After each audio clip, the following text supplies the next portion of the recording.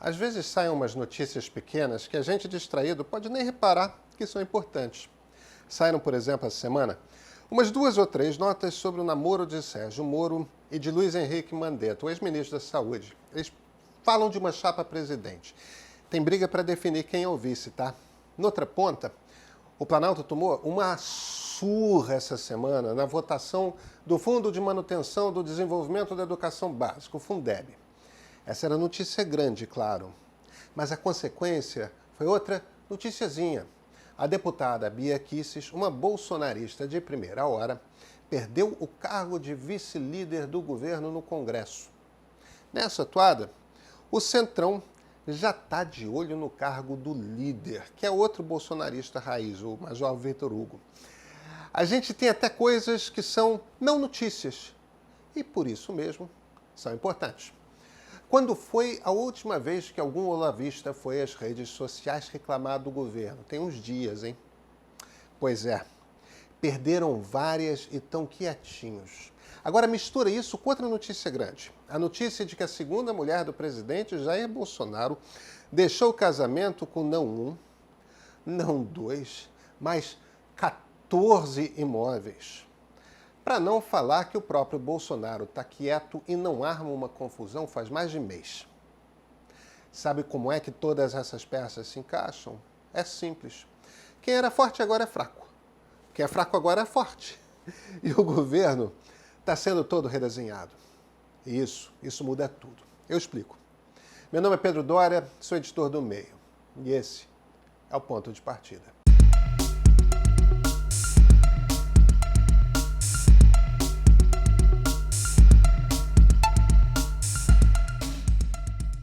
O governo Bolsonaro não é uma coisa só, é uma coalizão. Alguns dos grupos que fazem parte dessa coalizão são muito antigos, muito tradicionais na política brasileira. Outros são muito recentes. Quando o governo se formou, unia militares, lavajatistas, olavistas, evangélicos e liberais de mercado.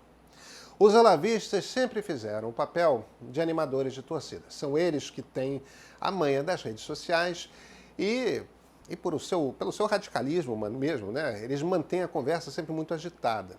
São eles que empurram o governo para a extrema-direita. Quando as pessoas veem fascismo no bolsonarismo, é ali, no olavismo. Por outro lado, o lavajatismo servia para limpar a imagem de um governo radical perante uma classe média urbana conservadora. Nunca foi um encaixe perfeito. Mas como bolsonaristas e lavajatistas tinham antipatia pelo PT, se encaixaram. E o que tornou o encaixe claro foi a decisão, claro, pelo ex-juiz Sérgio Moro, de ser ministro do governo. Mas o lavajatismo também criava um problema para o presidente Bolsonaro. Pode ser que no imaginário popular a Lava Jato se ligue ao PT. Mas o Centrão a odeia. Qualquer político que lida no fisiologismo, no cargo e verba por apoio, terá problemas com Moro e seus procuradores. Sem base no Congresso, sem poder negociar com o Centrão, Bolsonaro passou o primeiro ano e meio de governo muito instável, até se aproximar do impeachment. Ele não ligava para a política por um motivo muito simples, tá? Jair Bolsonaro tentou dar um golpe de Estado, é só que não rolou. Os militares não embarcaram na aventura. Mas vamos dar uma freada para compreender tudo. Foco nesses 4 elementos: lavajatistas, militares, PT e o Centrão. O lavajatismo existe há muito tempo na política brasileira. E o Centrão também. Nasceram juntos. É só que, noutros tempos, o lavajatismo era chamado de lacerdismo. A corrupção ostensiva de políticos apareceu no mapa na década de 1940, ainda na ditadura do Estado Novo, com Adhemar de Barros. Era o populismo do rouba mais faz. Se Adhemar mirava os mais pobres, a resposta veio com Carlos Lacerda. E, igualmente populista, o lacerdismo acenava para a classe média urbana conservadora. No início dos anos 1950, ele acusava a existência de um mar de lama no governo Getúlio.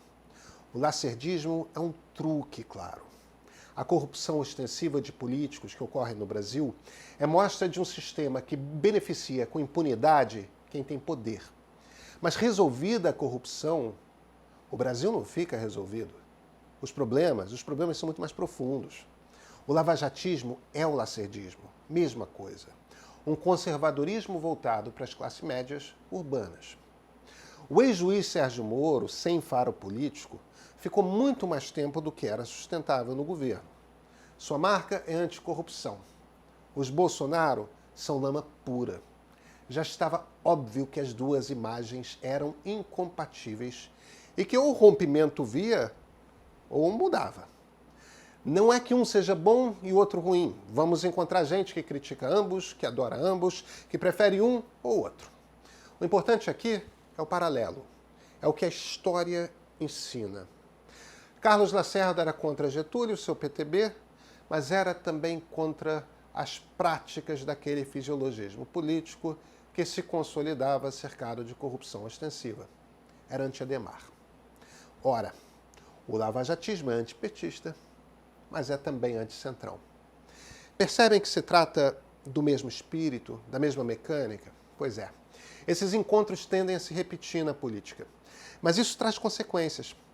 Se toda a preocupação do centrão é conquistar cargos, ali na frente o grupo dá as costas para Bolsonaro e aprova o impeachment. Fiz isso com Dilma. Mas se o objetivo é evitar uma presidência Moro, aí o centrão fica com Bolsonaro e não tem votos suficientes na Câmara para fazer um impeachment. O que ocorreu no golpe de 1964? Lacerda escolheu participar das conspirações. Era um jeito de tirar do governo um presidente petebista, João Goulart. Ele apostava que os militares arrumariam a casa e entregariam o Brasil numa eleição presidencial em 65. Aconteceu? É claro que não. E Lacerda rompeu com os militares. Agora, vejam que Lacerda dava ao golpe um selo de aprovação que trazia junto aquela classe média mais conservadora. Mesma coisa. Moro, como Lacerda, veio achando que ia se dar bem. Era sendo usado. Aí saiu. Essas repetições não são acidentais, tá? São frutos de uma cultura política, um conjunto de valores, maneiras de ver o país que meio que são ensinadas de pai para filho, vão de geração em geração. E esse tipo de moralista fica tão cego perante aquele que vê como inimigo que faz aliança com qualquer um. É desejo de poder e uma certa cegueira mesmo. Agora, como é que os militares conseguiram se estabilizar no poder? Construindo um partido, a Arena, que reunia justamente políticos com perfil muito parecido com os do Centrão.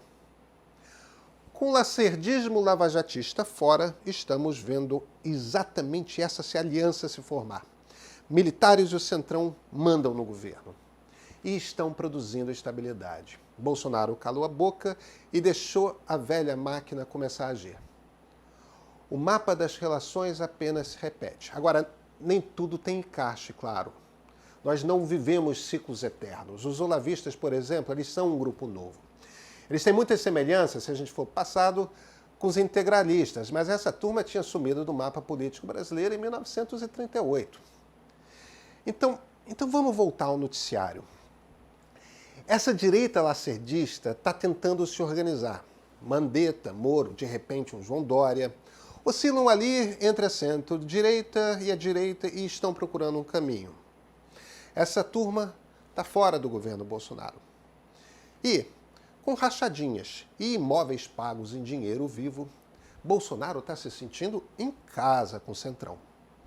E tudo é muito conveniente, porque no momento em que ele se torna um presidente anti-lavajatismo, o Centrão torna o seu governo estável. Mas os olavistas ficaram como peça solta nessa história. Porque, vejam, o Centrão quer muitas coisas, mas uma coisa que o Centrão não quer é crise, confusão e gritaria. E a turma olavista, convenhamos, é toda briga o tempo todo, um tumulto por dia para agitar nas redes e, se puder gritar bem alto, ficam felizes. Bia Kicis é ligada ao Escola Sem Partido, bolsolavista raiz. O Major Vitor Hugo, que é o líder, ele é mais discreto, mas é descartável. Bolsonaro, cá entre nós, é aquele tipo que exige lealdade absoluta, mas não concede lealdade a ninguém. E o Centrão quer essa gente olavista longe. Daí que Bolsonaro está em busca do sutil equilíbrio. Por um lado, os olavistas precisam aparecer menos. Estão sendo promovidos, mas confinados ao segundo escalão. Bolsonaro precisa do olavismo porque este grupo oferece uma visão de mundo completa e fechada em si aos seus seguidores fiéis. Baseada em teorias conspiratórias, claro, mas e daí? Mantém a militância unida. Esse grupo é o que tem o know-how do jogo de manipulação por WhatsApp e redes sociais, que manipula formando consensos artificialmente com muitos bots e mentiras. É fraude eleitoral, mas eles fazem. Então Bolsonaro precisa mesmo deles. São uma peça eleitoral importante. A sorte do presidente é que o olavismo tem outra característica. São tão reacionários, são tão delirantes, tem um pendor revolucionário fascista de busca pela destruição que eles jamais vão ter espaço em qualquer outro governo. Ou aceitam o segundo escalão, ou aceitam ficar mais quietos por um tempo, ou nada. Eles não têm escolha. Dessa forma, entre grupos reacionários e conservadores, o bolsonarismo muda a coalizão e traz novo equilíbrio de forças. Ao menos enquanto ele, Bolsonaro, e os olavistas conseguirem conter os seus temperamentos explosivos. E ainda assim, tem uma peça-chave aí. O que a última pesquisa do Data Poder 360 mostra é que Bolsonaro perdeu elite. Se há um tipo de brasileiro que não gosta de Jair Bolsonaro, ele tem duas características. Está no extrato que ganha mais e tem diploma de nível superior. Uma parte dessa classe média nunca foi bolsonarista. Outra foi. Mas ali entre os arrobos golpistas e a saída de Sérgio Moro se mandou. O que segura a popularidade do presidente é o auxílio emergencial, que abriu para ele um novo veio de eleitores. Aí entra Paulo Guedes e o seu liberalismo de mercado, no qual quem conta mesmo são os operadores de bolsa e banqueiros. Paulo Guedes vai ter de jogar o jogo, sabe? Vai ter de arrumar dinheiro para a renda mínima. Quem diria, hein?